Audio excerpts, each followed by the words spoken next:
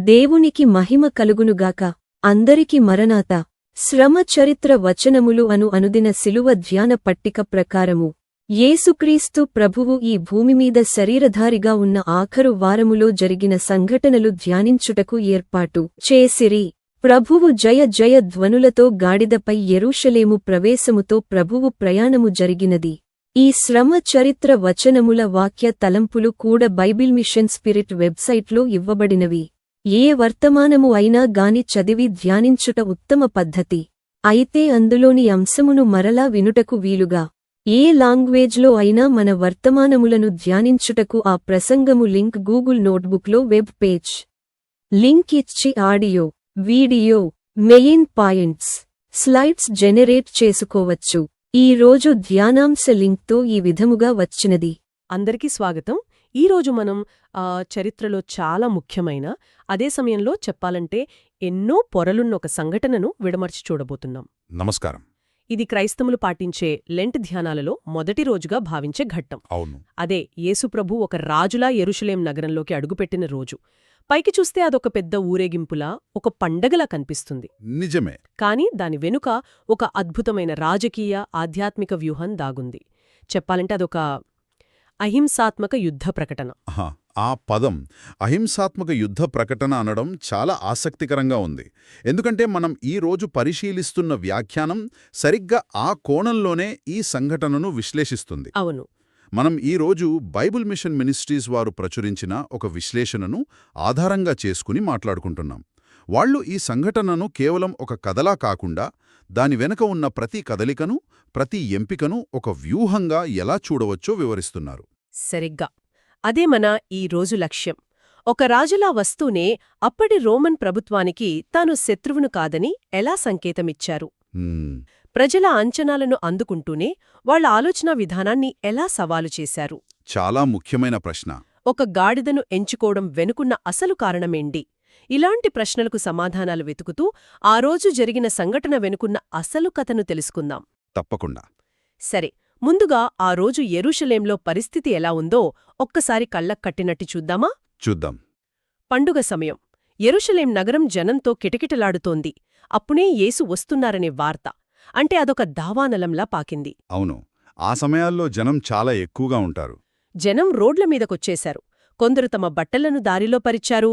ఇంకొందరు ఖజ్జూరపు మట్టలు పట్టుకుని హొసెన్నా, దావీదు కుమారునికి జయము, ప్రభూ పేరిట వచ్చువాడు స్తుతింపబడుగాక అని నినాదాలు చేస్తున్నారు. ఆ దృశ్యం ఊరించుకుంటేనే ఒక ఉద్వేగం కలుగుతుంది. ఈ దృశ్యం చూస్తుంటే ఒక కొత్త రాజుకు పట్టాభిషేకం జరుగుతోందా, లేక ఒక సేనాని యుద్ధానికి వెళ్తుంటే ప్రజలు జేజేలు పలుకుతున్నారా అన్నట్టుంది కదా? ఖచ్చితంగా. అక్కడ వాతావరణం ఒక రకమైన యుద్ధ సన్నాహాన్ని తలపిస్తోంది. ప్రజల ఉత్సాహం చూస్తే వాళ్లు ఎన్నో ఏళ్లుగా ఎదురుచూస్తున్న విమోచకుడు, తమను రోమన్ల బానిసత్వం నుండి విడిపించే మెస్సియా వచ్చేశాడని బలంగా నమ్ముతున్నారు. అవును. అయితే మనం చర్చిస్తున్న ఈ వ్యాఖ్యానం ప్రకారం ఇక్కడే అసలు ట్విస్టుంది.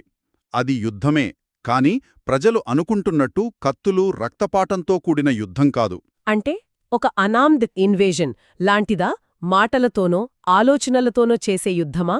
దాదాపుగా అంతే. ఆయన వచ్చింది భూసంబంధమైన రాజ్యాన్ని స్థాపించడానికి కాదు. ఓకే. దైవరాజ్యాన్ని, అంటే మనసుల్లో, హృదయాల్లో మార్పు తెచ్చే రాజ్యాన్ని స్థాపించడానికి. అందుకే ఈ వ్యాఖ్యానం దీన్ని హాని కలిగించని, హాయినిచ్చే యుద్ధం అని వర్ణించింది. హాని కలిగించని యుద్ధం బాగుంది. అవును. యేసు బయల్దేరింది యుద్ధానికే, కాని ఆయన ఆయుధాలు, ఆయన లక్ష్యాలు అవి పూర్తిగా వేరు. ఇదొక సింబాలిక్ వార్ఫేర్. Symbolic warfare. ఇది చాలా పవర్ఫుల్ పదం. అంటే మాటల కన్నా చేతలు, ప్రదర్శనల ద్వారానే ఆయన తన సందేశాన్ని బలంగా చెప్పాలనుకున్నారు. సరిగ్గా. అలాంటప్పుడు ఈ ప్రదర్శన వెనుక ఉన్న ప్రధాన వ్యూహాత్మక లక్ష్యాలేమిటి? కేవలం నేనే రాజును అని చెప్పడమేనా, లేక ఇంకా ఏమైనా లోతైన కారణాలున్నాయా? ఉన్నాయి. ఈ విశ్లేషణ ప్రకారం దీని వెనుక 4 స్పష్టమైన లక్ష్యాలు కనిపిస్తాయి. ఓకే. మొదటిది, తాను కేవలం ఒక గురువునో, ప్రవక్తనో కాదని, దేవుడు వాగ్దానం చేసిన క్రీస్తును, అంటే మెస్సీయను తానేనని అధికారికంగా ప్రకటించుకోవడం. ఆ హొస్సన్నా కేకలు, దావీదు కుమారుడు అనే పిలుపు, ఇవన్నీ అందులో భాగమేనా? అన్నీ ఆ ప్రకటనలో భాగమే. అది మొదటిది. సరే, అది మొదటిది. మరి రెండవది? రెండవది మరింత లోతైనది. అప్పటి యూదుల గ్రంథాల ప్రకారం మెస్సియా రాకకు ఒక ముఖ్య ఉద్దేశముంది. అదేమిటి? అంటే సాతాను తలను చితకొట్టడం. ఇక్కడ సాతాను అంటే చెడుకు, పాపానికి ప్రతీక. ఓకే. కాబట్టి యేసు తన ప్రవేశం ద్వారా నేను ఆ చెడుపై అంతిమ విజయం సాధించడానికి వచ్చిన యుద్ధవీరుడిని అని ప్రకటిస్తున్నాడు. ఇది భౌతిక యుద్ధం కాదు, ఇది ఆత్మ సంబంధమైన యుద్ధం.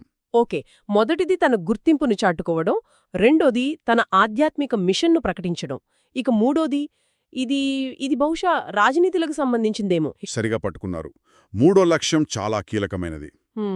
అప్పటికే ఆ ప్రాంతం రోమన్ల ఆధీనంలో ఉంది. ఎవరైనా నేను రాజును అని ప్రకటించుకుంటే అది దేశద్రోహం కింద లెక్క. వెంటనే చర్యలు తీసుకుంటారు. ఖచ్చితంగా. వెంటనే రోమన్ సైన్యం రంగంలోకి దిగి తిరుగుబాటును అణచివేస్తుంది.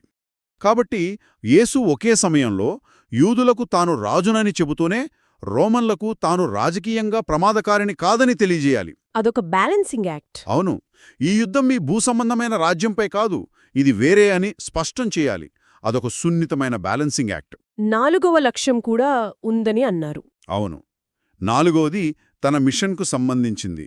సత్యాన్ని అసంపూర్తిగా వదలకుండా సంపూర్ణంగా స్థాపించడం. అప్పటికే ఆయన బోధనలు చాలా ముందుకి చేరాయి. కానీ ఈ ప్రవేశమనేది ఆయన మిషన్కొక క్లైమాక్స్ లాంటిది. ఇది తన ప్రయాణంలో చివరి అంకం ప్రారంభమని, ఇక వెనక్కి తగ్గేది లేదని, శిలువ వైపు తన ప్రయాణాన్ని ఖరారు చేసుకుంటున్నానని చెప్పకనే చెప్పడం. అంటే ప్రసంగాల కన్నా ఈ ప్రదర్శనకే ఎక్కువ బలముందని ఆయన భావించారు. అవును, ఆ గందరగోళ పరిస్థితుల్లో అలాంటి శక్తివంతమైన ప్రదర్శనే ఎక్కువ ప్రభావం చూపుతుందని ఆయన గ్రహించాడు. వావ్! అంటే ఒకే ఊరేగింపులో ఇన్ని పొరలున్నాయన్మాట. వ్యక్తిగత ప్రకటన, ఆధ్యాత్మిక యుద్ధ ప్రకటన, రాజకీయ సంకేతం, తన మిషన్పై ఒక కమిట్మెంట్ అన్నీ ఉన్నాయి. మీరు చెప్పిన ఆ మూడో పాయింట్, అంటే రోమన్లను రెచ్చగొట్టకుండా రాజుగా తనను తాను ఎలా ప్రకటించుకున్నారు అనే విషయం నన్ను బాగా ఆకర్షిస్తోంది. ఇక్కడే బహుశా ఆయన ఎంచుకున్న వాహనం తెరపైకొస్తుందనుకుంటా. ఖచ్చితంగా ఇక్కడే అసలు కథ మలుపు తిరుగుతుంది. అవును. ఒక రాజు, అందులోనూ యుద్ధవీరుడు అని చెప్పుకునేవాడు దేనిమీదొస్తాడు? గంభీరమైన గుర్రం మీద. అవును, సాధారణంగా రాజఠీవిని, పరాక్రమాన్ని ప్రదర్శించే గుర్రం మీదొస్తాడు. గుర్రం అప్పట్లో యుద్ధానికి, అధికారానికి చిహ్నం. కాని యేసు ఎంచుకున్నది ఒక గాడిద. అది ఒక చిన్న గాడిద పిల్లను. సరిగ్గా. ఇది పూర్తిగా విరుద్ధంగా ఉంది. నేనెప్పుడూ ఇది ఆయన వినయానికి, దీనత్వానికి నిదర్శనమని మాత్రమే అనుకునేదాన్ని. చాలామంది అలాగే అనుకుంటారు. కాని మీరు చెబుతున్న వ్యూహాత్మక కోణంలో చూస్తే ఈ ఎంపిక వెనుక ఇంకా పెద్ద కారణముందన్నమాట. ఇది ఒక రకంగా చూస్తే రాజునని చెప్పుకునే వ్యక్తికి అవమానకరం కూడా. లౌకిక దృష్టితో చూస్తే అది అవమానమే, ఖచ్చితంగా. కానీ ఈ విశ్లేషణ ప్రకారం అదొక మాస్టర్ స్ట్రోక్. ఆలోచించండి. చెప్పండి. ఒకవేళ ఆయన గుర్రం మీద వచ్చి ఉంటే అది రోమన్ ప్రభుత్వానికి సూటిగా విసిరిన సవాలుగా కనిపించేది. ఇదిగో నేను సైన్యంతో యుద్ధానికి వస్తున్నాను అన్నట్టుండేది. అంతే. దాని ఫలితం ఏంటి? వెంటనే రోమన్ సైన్యం కలుగజేసుకుని అక్కడున్న జనసమూహాన్ని చెదరగొట్టేది. అనవసరమైన హింస, రక్తపాతం జరిగి ఉండేవి. యేసు ఉద్దేశ్యం అది కాదు. అంటే గాడిదను ఎంచుకోవడం ద్వారా నాది శాంతియుత మార్గం, నేను మీ సింహాసనాన్ని కూల్చడానికి రాలేదు అని రోమన్లకు పరోక్షంగా సందేశం పంపారన్నమాట. సరిగ్గా అదే. గాడిద సాధుత్వానికి, శాంతికి, సాధారణ ప్రజల వాహనానికి ప్రతీక. ఆ ఎంపిక ద్వారా ఆయన నిశ్శబ్దంగా ఒక ప్రకటన చేశారు. నేను వస్తున్నది యుద్ధం చేయడానికి కాదు, శాంతిని స్థాపించడానికి. అయితే దీనికి మరో కోణం కూడా ఉంది. అదేంటి? జకరియా వంటి ప్రవక్తలు 100 ఏళ్ల క్రితమే మెస్సియా రాక గురించి రాస్తూ, నీ రాజు దీనుడై గాడిదను, గాడిద పిల్లను ఎక్కి నీయొద్దకు వచ్చుచున్నాడు అని ప్రవచించారు. ఓ అవును. కాబట్టి గాడిదను ఎంచుకోవడం ద్వారా ఆయన ఒకే దెబ్బకు 2 పిట్టలు కొట్టారు. రోమన్లకు శాంతి సందేశం పంపారు. అదే సమయంలో యూదులకు ఆ ప్రవచనాలలో చెప్పిన వ్యక్తిని నేనే అని నిరూపించుకున్నారు. ఇది నమ్మశక్యంగా లేదు. అంటే ఒకే చర్యతో ఇన్ని ఉద్దేశాలను నెరవేర్చారు. అవును. రోమన్లను శాంతపరిచారు, ప్రజలకు తాను శాంతి స్వరూపినని చెప్పారు, ప్రవచనాలను నెరవేర్చి తన దైవత్వాన్ని నిరూపించుకున్నారు. ఇవన్నీ చేస్తూ అవును, ఇదంతా చేస్తూ ఈ లోకం దృష్టిలో కలిగే అవమానాన్ని ఆయన అస్సలు పట్టించుకోలేదు. ఈ వ్యాఖ్యానం అవమానం, మహిమ అనే అంశాల గురించి కూడా మాట్లాడుతుంది కదా. అవును, అదొక ముఖ్యమైన పాయింట్. ఈ వ్యాఖ్యానం ఏం చెప్తుందంటే దైవ కార్యం జరిగేటప్పుడు అవమానం, మహిమ ఎప్పుడూ పక్కపక్కనే ఉంటాయి. పక్కపక్కనే ఉంటాయా? అవును. యేసు ఆ రోజు గాడిదపై రావడం కొందరి దృష్టిలో, ముఖ్యంగా మత పెద్దల దృష్టిలో చిన్నతనంగా, అవమానంగా కనిపించుండొచ్చు. నిజమే. కాని ఆయన దృష్టి మాత్రం ఆ అవమానంపై లేదు. దాని వెనుక ఉన్న దైవిక మహిమను, తన తండ్రి చిత్తాన్ని నెరవేర్చడంలో ఉన్న ఘనతను ఆయన చూశారు. ఇది విశ్వాసి జీవితానికి కూడా వర్తిస్తుందని ఈ సంఘటన గుర్తుచేస్తుంది. ఓకే, ఈ సంఘటన నుండి ఒక విశ్వాసి నేర్చుకోవాల్సిన పాఠాల గురించి ఇంకాస్త వివరంగా మాట్లాడుకుందాం. తప్పకుండా. ఈ వ్యాఖ్యానం గాడిదను వాహకము లేదా వాహనంతో పోలుస్తుంది. ఆ పోలిక వెనుక ఉన్న అర్థమేమిటి? ఇది చాలా ఆసక్తికరమైన పోలిక. ఈ అహింసాత్మక యుద్ధంలో దైవ లక్షణాలను ప్రదర్శించడం ముఖ్యం కాని మనం ఎంత పెద్ద వాహనం మీద ఉన్నామనేది కాదు. వాహనమంటే మన హోదా, పదవి లాంటివా? సరిగ్గా మనకున్న హోదా, పదవి, పేరు, ప్రఖ్యాతులు, పలుకుబడి. ఈ వ్యాఖ్యానం ప్రకారం దేవుడు తన మహిమను ప్రదర్శించడానికి ఎప్పుడూ లోకదృష్టిలో గొప్పవారిని కాకుండా చిన్నవారిని, ఎన్నికలేని వారినే వాడుకుంటాడు.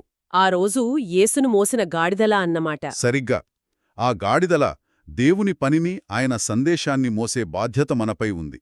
మనం ఎంత పెద్దవాళ్లమనేది కాదు, ఆ పనిని ఎంత నమ్మకంగా చేస్తున్నామనేది ముఖ్యం. అంటే మనకున్న హోదాను, అధికారాన్ని ప్రదర్శించడం కాకుండా మన ప్రవర్తన ద్వారా, మన పనుల ద్వారా దేవుని గుణగణాలను ఎలా ప్రతిబింబిస్తున్నాం అనే దానిపై దృష్టి పెట్టాలంటారు. అవును. ఒక రాజకీయ నాయకుడు ఖరీదైన కారులో కాకుండా ఒక సాధారణ కారులో ప్రచారానికి వెళ్లడం లాంటిది. సందేశం స్పష్టంగా ఉంటుంది. మంచి పోలిక చెప్పారు. సరిగ్గా అదే. మన పని, మన ప్రవర్తన దైవ లక్షణాలను ప్రతిబింబించాలి. అందుకే ఈ వ్యాఖ్యానం నిజమైన దైవజనునికి వధువు సంఘమే అసలైన వాహనం అంటుంది. అంటే సేవకుడు సంఘాన్ని తన భుజాలపై మోయాలి, ప్రేమించాలి, గనపర్చాలి. అంతే తప్ప తన హోదాను ప్రదర్శించకూడదు. మీరింతకుముందు చెప్పిన అవమానం, మహిమల విషయానికొద్దాం. హ్మ్. లోకం అవమానించినా దేవుడిచ్చే మహిమను చూసి ముందుకు సాగడం. ఇది వినడానికి బాగుంది కానీ ఆచరణలో చాలా కష్టమైన విషయం కదా. ఎవరైనా విమర్శిస్తేనో, తక్కువ చేసి మాట్లాడితేనో వెంటనే నిరాశపడతాం. నిజమే, చాలా కష్టం. అందుకే ఈ విశ్లేషణ ఒక హెచ్చరిక కూడా చేస్తోంది. అదేంటి? మనం దేవుడిచ్చే మహిమ వైపు చూస్తూ నడిస్తే విజయం వైపు, మరింత గొప్ప మహిమలోకి ప్రవేశిస్తాం. కాని అదే సమయంలో మన దృష్టి లోకం నుండి వచ్చే అవమానాల మీద, విమర్శల మీద ఉంటే అది ఓటమికి, నిరాశకు, బాధకు దారితీస్తుంది. అందుకే విశ్వాసి తన దారి తప్పి పదే పదే లోక సంబంధమైన విషయాలపై దృష్టి పెడుతుంటే ప్రమాదపంచునున్నట్లు గుర్తించాలని ఈ వ్యాఖ్యానం స్పష్టంగా చెబుతోంది. ఎటువైపు చూస్తున్నామనేది మన గమ్యాన్ని నిర్దేశిస్తుందన్నమాట. అంతే. ఇది చాలా లోతైన ఆలోచన. సరే, ఇప్పుడు మరొక ముఖ్యమైన ప్రశ్నకొద్దాం. అడగండి. ఇవన్నీ ఒక ఎత్తు అయితే, ఆ రోజు యేసుప్రభు ఎదుర్కొన్న అసలైన శ్రమ ఏంటి?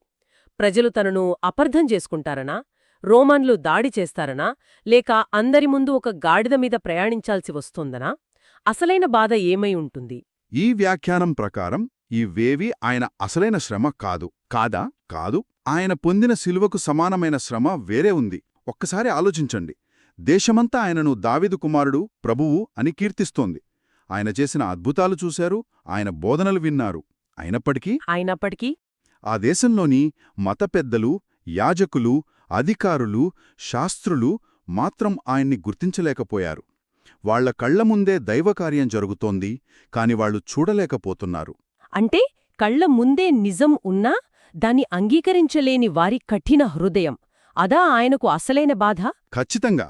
దైవరాజ్య ఫలాలను అనుభవిస్తూ కూడా ఆ రాజ్యాన్ని తెచ్చిన రాజును గుర్తించలేని వారి కఠినమైన మనసే ఆ రోజు ఆయనకు అసలైన శ్రమ. ఇది శారీరక శ్రమ కన్నా చాలా లోతైన మానసిక, ఆత్మసంబంధమైన వేదన. నిజమే. తాను ఎవరికోసం వచ్చాడో, ఎవరి బాగు కోరుకుంటున్నాడో వారే తనను తిరస్కరించడం, ద్వేషించడం, అదే ఆయనకు గొప్ప వేదనను కలిగించింది. ఈ విషయం ఈనాటికి వర్తిస్తుందని ఆ వ్యాఖ్యానం చెబుతున్నట్టుంది. అవును. ఆ విశ్లేషణ ముగింపులో ఇదే విషయం ప్రస్తావించారు. ఏమని? ఇప్పటికీ ప్రభువుకు శిలువశ్రమ ఏంటంటే, మన కళ్ల ఎదుటే దైవకార్యం కనిపిస్తున్నా, దేవుని ఆశీర్వాదాలను పొందుతున్నా, ఆయనకివ్వాల్సిన మహిమను, స్తుతిని పూర్ణ మనస్తో అర్పించలేని మన కఠినమైన మనసే అని చెప్తోంది. హేడేస్లో దేవుణ్ణి చూపించినా మారని కఠిన హృదయులు మాత్రమే నరకానికి వెళ్తారని కూడా ఈ వ్యాఖ్యానం స్పష్టం చేస్తోంది. కాబట్టి మన కఠిన హృదయాన్ని దేవునికి సమర్పించి, ఆయనను గుర్తించి స్తుతించే మనసు కలిగి ఉండాలని ఈ ధ్యానం మనకు గుర్తు చేస్తోంది. ఇంతకీ మనం మాట్లాడుకున్నదంతా ఒక్క మాటలో చెప్పాలంటే, యేసు యెరూషలేము ప్రవేశం ఒక సాధారణ ఊరేగింపు కాదు. అస్సలు కాదు. అది తన రాజ్యాన్ని, తన వ్యక్తిత్వాన్ని, తన ఉద్దేశాన్ని ప్రపంచానికి చాటి చెప్పిన ఒక శక్తివంతమైన వ్యూహాత్మక ప్రకటన. ఆయన రాజు, కాని శాంతికి రాజు. ఆయన విజేత, కాని హింస ద్వారా కాకుండా ప్రేమ ద్వారా, సాధుత్వం ద్వారా గెలిచేవాడు. అదొక master class in non violent communication. సరిగ్గా చెప్పారు. ఆయన తన సందేశాన్ని ప్రతికూల పరిస్థితుల్లో సరైన రీతిలో, అద్భుతమైన సమయస్ఫూర్తితో ఎలా ప్రదర్శించాలో చూపించారు. ఇదొక గొప్ప రాజనీతి. అవును. అయితే ఈ విశ్లేషణ చివరిగా మనల్ని మనం ప్రశ్నించుకునేలా ఒక ముఖ్యమైన ప్రశ్నను మన ముందుంచుతోంది. అదేంటి? ఈ వ్యాఖ్యానం ముగింపులో అడిగినట్లుగా, మన ఉద్దేశాలు, ఆలోచనలు మంచివే కావచ్చు, కాని ఈ లోకం ముందు మన ప్రదర్శన ఎలా ఉంది? మన ప్రదర్శన. అవును. మన మాటలు మనం నివసిస్తున్న దేశంలో నీతిని, శాంతిని, సమాధానాన్ని నింపుతున్నాయా? మన చేతలు మన కుటుంబంలో ప్రేమను, ఆప్యాయతను పెంచే సిలువను మోస్తున్నాయా?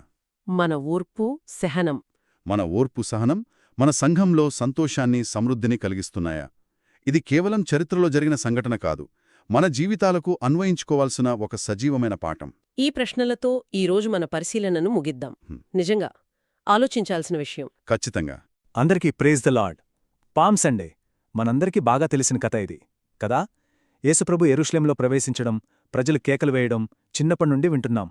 కాని ఆ రోజు జరిగింది కేవలం ఒక ఊరేగింపు మాత్రమేనా? లేకపోతే దాని వెనుక మనకు తెలియని చాలా లోతైన ఒక వ్యూహం దాగి ఉందా? రండి, ఈరోజు యేసుప్రభు ఆ ప్రవేశాన్ని ఒక సరికొత్త కోణంలోంచి చూద్దాం. ఒక్కసారి మన కళ్ళు మూసుకుని ఆ రోజు యెరూషలేము వీధుల్లోకి వెళదాం. ఎలా ఉండి ఉంటుంది ఆ వాతావరణం?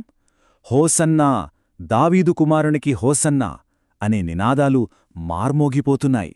ఆ గాలిలోనే ఏదో తెలియని ఒక ఆశ, ఒక ఉత్సాహం. రోమన్ల పాలన నుండి తమను విడిపించడానికి ఒక గొప్ప రాజు వస్తున్నాడని అందరూ ఎదురుచూస్తున్నారు. సాధారణంగా చరిత్రలో చూసుకుంటే ఒక రాజు ఒక నగరంలోకి ప్రవేశిస్తున్నాడంటే అది ఒక యుద్ధానికి సంకేతం. యేసు ప్రవేశం కూడా నిజానికి ఒక యుద్ధ ప్రకటనే. కాని ఆశ్చర్యమేంటంటే ఇది ఎవ్వరూ ఊహించని యుద్ధం. కత్తులతో, కవచాలతో చేసే యుద్ధం అస్సలు కాదు. మరి ఇదెలాంటి యుద్ధం? అవును, ఇదొక ప్రత్యేకమైన యుద్ధం. దీనిని మనం హానిలేని యుద్ధం అని పిలవచ్చు. దీని లక్ష్యం రాజ్యాలను కూలదోయడం కాదు, శాంతి, సమాధానంతో నిండిన దేవుని రాజ్యాన్ని ఈ భూమిపై స్థాపించడం. అంటే ఇది విధ్వంసం కోసం కాదు, విమోచనం కోసం మొదలైన యుద్ధమన్నమాట. ఇక్కడే అసలు ప్రశ్న మొదలవుతుంది. ఆలోచించండి, యుద్ధానికి సిద్ధపడిన ఏ రాజైనా ఎలా వస్తాడు? ఒక గంభీరమైన గుర్రం మీదో లేదా ఏనుగు మీదో వస్తాడు. మరి ఈ రాజు ఎందుకొక సామాన్యమైన చిన్న గాడిదను ఎంచుకున్నాడు? ఆయన యుద్ధగుర్రమేమైంది? ఈ తేడా చూడండి ఎంత స్పష్టంగా ఉందో. ఒకవైపు ప్రపంచరాజులు కోరుకునే అధికారం, యుద్ధం, మరోవైపు యేసుప్రభు చూపించిన వినయం, శాంతి. ఒకవేళ ఆయన గనక గుర్రం మీద వచ్చి ఉంటే అది రోమన్ల మీద ప్రత్యక్ష తిరుగుబాటుగా మారి ఎంత రక్తపాతం జరిగి ఉండేదో. కాని ఆయన ఎంచుకున్న మార్గం అది కాదు. ఆయనది రక్షణా మార్గం, విమోచన మార్గం. అంటే మనకిప్పుడు ఏమర్థమవుతోంది? ఆ రోజు జరిగింది యాదృచ్ఛికంగా జరిగిపోయిన ఊరేగింపు కానే కాదు. అదొక అద్భుతమైన దైవిక వ్యూహం. అందులోని ప్రతి చిన్న అంశం, ఆ గాడిద, ఆ తాటిమట్టలు, ఆ కేకలు, ప్రతిదీ ఎంతో జాగ్రత్తగా ప్లాన్ చేయబడింది. ఒకే చర్యతో రోమన్లకొక సందేశం, మతప్రద్దలకు ఇంకో సందేశం, తనను నమ్మిన వారికి మరో సందేశం, ఇలా అందరికీ ఒకేసారి వేర్వేరు సందేశాలను అందించే ఒక గొప్ప దైవిక ప్రణాళిక అది. ఇంతకీ ఆ దైవిక ప్రణాళిక లక్ష్యాలు ఏంటి? ముఖ్యంగా 4 ఉన్నాయి. మొదటిది, తాను కేవలం ఒక బోధకుడిని కాదని, దేవుడు వాగ్దానం చేసిన అభిషిక్తుడిని, రాజునని అందరి ముందు నిరూపించడం. రెండవది, సాతాను తలను చితక కొట్టడానికి, చీకటి శక్తులపై యుద్ధం చేయడానికి వచ్చిన యోధుడిగా తనను తాను ప్రకటించుకోవడం. మూడవది, తన రాజ్యం ఈ లోక సంబంధమైన అధికారం కాదని, అది శాంతిరాజ్యమని స్పష్టం చేయడం. ఇక ఆఖరిగా, ముగింపు రాకముందే సంపూర్ణ సత్యాన్ని ప్రజల ముందు స్థాపించడం. అయితే ఇంత గొప్ప లక్ష్యాలను సాధించడానికి రాజులకే రాజైన ఆయన ఏ మార్గాన్నెంచుకున్నాడో చూడండి. అత్యంత వినయపూర్వకమైన, లోకం దృష్టిలో చాలా అవమానకరమైన మార్గాన్నెంచుకున్నారు. అదే ఒక గాడిద మీద ప్రయాణం. అవమానము. ఒక క్షణం ఈ పదం గురించి ఆలోచిద్దాం. లోకం దృష్టిలో ఒక రాజు గాడిద మీద రావడం కంటే పెద్ద అవమానమేముంటుంది? అది ఆయన హోదాకు పూర్తి విరుద్ధంగా కనిపించింది. కాని ఆ అవమానం వెనుకే అసలైన ఉద్దేశం దాగియుంది. కాని ఇక్కడే ఉన్నది అసలైన ట్విస్ట్. లోకం దృష్టిలో అది అవమానంగా కనిపించినప్పటికీ అదే క్షణంలో పరలోకంలో దేవుడు ఆయనకు మహామహిమనిస్తున్నాడు. ప్రజలు వేస్తున్న హోసన్నా కేకలు, ఆ తాటిమట్టలతో ఇస్తున్న స్వాగతం, ఇవన్నీ భూమి ఇచ్చే అవమానానికి, పరలోకమిచ్చే మహిమకు మధ్య ఉన్న తేడాను కళ్లకు కట్టినట్టు చూపిస్తున్నాయి. ఇక్కడ మనం నేర్చుకోవాల్సిన అతి కీలకమైన పాఠమొకటుంది. మన జీవితాల్లో కూడా అవమానం, మహిమ ఎప్పుడు పక్కపక్కనే ఉంటాయి. యేసుప్రభు లోకమిచ్చే అవమానాన్ని అస్సలు పట్టించుకోలేదు. ఆయన దృష్టి అంతా తండ్రి అయిన దేవుడిస్తున్న మహిమపైనే ఉంది. అదే ఆయన విజయానికి కీలకమయ్యింది. మనందరికీ ఇదొక గొప్ప పాఠం. సరే, ఆ చారిత్రాత్మక సంఘటన వెనుకొన్న వ్యూహాన్ని చూశాం. ఇప్పుడు అసలు విషయానికి వద్దాం. ఆ రాజు ప్రవేశం నుండి ఈరోజు మన జీవితాలకు మనం అన్వయించుకోవాల్సిన పాఠాలు ఏమిటి? మన పవిత్ర ప్రదర్శన ఈ లోకం ముందు ఎలా ఉండాలి? ఈ కథ నుండి మనం కొన్ని ముఖ్యమైన విషయాలు గమనించాలి. మొదటిది, దేవుని దృష్టిలో దైవిక సందేశం ముఖ్యము. దాన్ని మోస్తున్న వాహనం లేదా వ్యక్తి కాదు. రెండవది, మనకు అవమానాలు ఎదురైనప్పుడు వాటిని చూసి కుంగిపోకుండా వాటి వెనుక దేవుడు మనకిస్తున్న గొప్ప మహిమను చూడగలగాలి. మన విజయం దేనిమీద ఆధారపడి ఉంటుందంటే, లోకమిచ్చే అవమానమీద కాకుండా దేవుని మహిమపై దృష్టి పెట్టడం ద్వారా వస్తుంది. అన్నింటికన్నా ముఖ్యంగా, దేవుడు తన గొప్ప కార్యాల కోసం తరచుగా ఈ లోకం చిన్నవిగా, ఎన్నిక లేనివిగా చూసే వాటినే వాడుకుంటాడని మనం ఎప్పటికీ మర్చిపోకూడదు. ఇక చివరిగా ఒక ముఖ్యమైన ఆలోచనతో ముగిద్దాం. యేసు ప్రభువు తన ప్రవేశం ద్వారా ఒక సందేశాన్ని ఎలాగైతే ఈ లోకానికి ప్రదర్శించారో, మన జీవితాలు కూడా ఈ లోకానికి మన విశ్వాసాన్ని ప్రదర్శించే ఒక వేదిక లాంటివి. మన ప్రతి చర్య, మన ప్రతి మాట ఒక సందేశాన్ని ఇతరులకు అందిస్తూనే ఉంటుంది. కాబట్టి మనల్ని వేసుకోవాల్సిన ప్రశ్న ఒక్కటే: మన ప్రదర్శన ఈ లోకం ముందు ఎలా ఉంది? మన జీవితాలు శాంతి, ప్రేమ, దైవిక సత్యం అనే సందేశాలను ప్రతిబింబిస్తున్నాయా, లేదా వేరేదేన్నైనా చూపిస్తున్నాయా? ఈ ప్రశ్నతోనే ఈ ధ్యానాన్ని ముగిద్దాం. ఒక్కసారి దీని గురించి ఆలోచిద్దాం. దేవుడు మనందర్నీ దీవించునుగాక. ఆమెన్.